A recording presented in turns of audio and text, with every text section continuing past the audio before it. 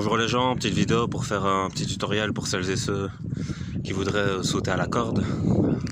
Il n'y a pas d'âge pour commencer, il faut un début à tout. Donc je vais vous donner 2-3 petites astuces et j'espère que ça vous servira et que à la fin vous saurez sauter à la corde.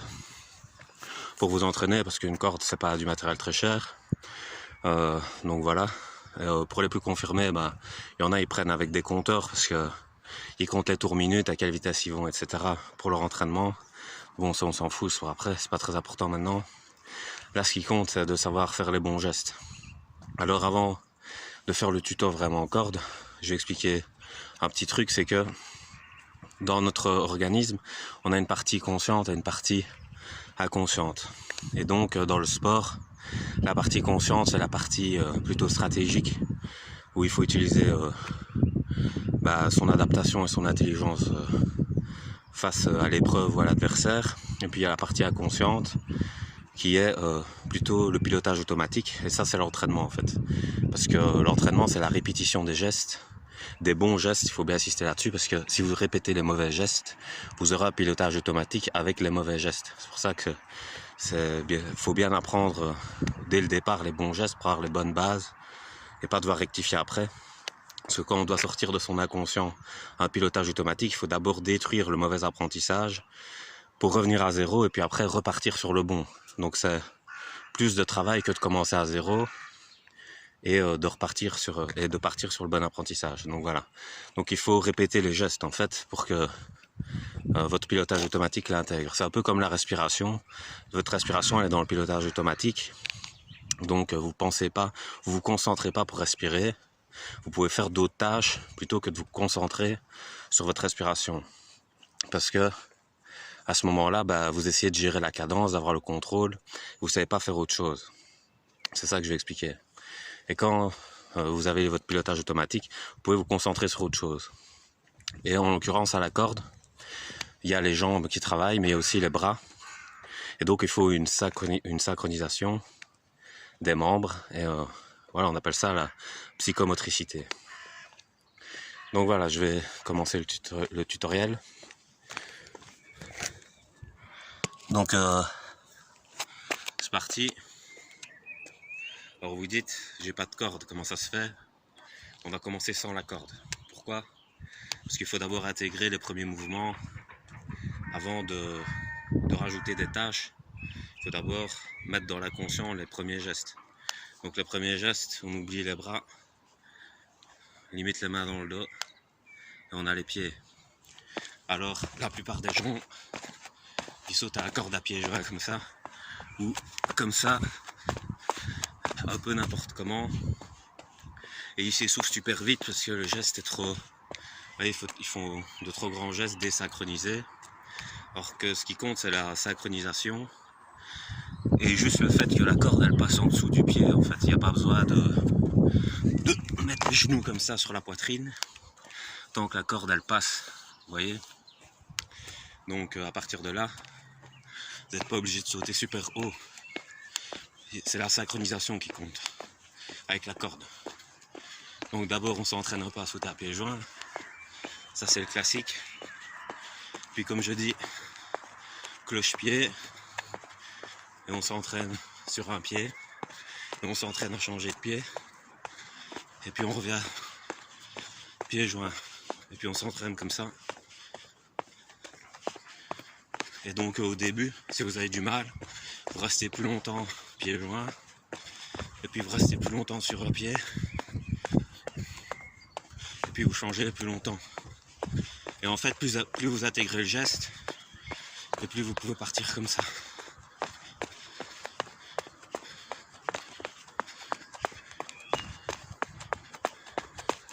Et puis, vous pouvez faire des variantes et sauter ainsi. Et là, vous synchronisez vos pieds en fait. Donc voilà. Une fois que vous avez synchronisé vos pieds, vont venir s'ajouter les mains. Et donc vos bras, c'est ce qui donne la cadence à la corde. Si vous agitez vos bras super vite comme ça et que vous sautez lentement, forcément vous allez vous prendre les pieds dans la corde. Donc il faut synchroniser la vitesse des bras avec celle des pieds. Donc vous sautez. D'abord des petits sauts lents comme ça. Et puis au fur et à mesure, voilà. Et puis après vous pouvez commencer à intégrer les pieds et vous sautez comme ça. Voilà. Donc ça, ce sont les étapes à apprendre pour bien sauter et donc bien synchroniser. Si vous avez des problèmes de synchronisation au début, oubliez les bras, relaissez la corde et resynchronisez bien vos pieds. Et puis vous retentez, mais tentez bien lentement, un saut lent comme ça. Et d'abord vous essayez pieds joints, mais pas sauter comme ça, très haut, sauter bas, voilà. Et puis une fois que pieds joints s'est intégré, vous pouvez commencer à changer un peu votre façon de sauter. Enfin voilà. Donc une fois que vous avez fait ça, vous avez les bases. Alors après, il y a 2-3 trucs techniques en plus qu'on peut apprendre. Donc ça c'est la base que je viens de vous apprendre. Mais il y a d'autres trucs, c'est-à-dire que il y a une manière de se muscler aussi avec la corde. Si vous tendez les bras comme ça avec la corde, ça va rétrécir forcément l'angle et il va falloir sauter un petit peu plus haut, mais ça c'est pour les confirmer. Vous tendez la corde comme ça et ça fait travailler un peu les épaules. Donc je vous montre vite fait, ici comme ça. Donc je saute, mais je tends les bras pendant que je saute. Vous voyez? Donc ça c'est une manière de sauter pour se muscler d'une certaine façon. Et puis il y a cette façon-ci. Ça c'est plus les pectoraux. Il faut essayer de ramener les bras comme ça en fait. Pendant que vous sautez, vous êtes comme ça. Vous ramenez les bras vers l'avant. Et ça fait un peu les pecs. Voilà. On peut sauter plus droit aussi. Les épaules en avant. Enfin, chacun prend le style qu'il a envie. Donc la corde, ça travaille très bien les mollets. Parce qu'il faut sauter sur la pointe des pieds, ça aussi j'ai oublié de vous le dire, c'est très important. Je le dis à ce moment-ci de la vidéo. Sauter sur la pointe des pieds, hein. Il ne faut pas sauter comme ça, avec les talons. Mais enfin, quand on est confirmé, on peut jeter sa jambe en avant ou en arrière, comme ça. Mais au début, voilà. Au début, il faut être mobile et sur la pointe des pieds.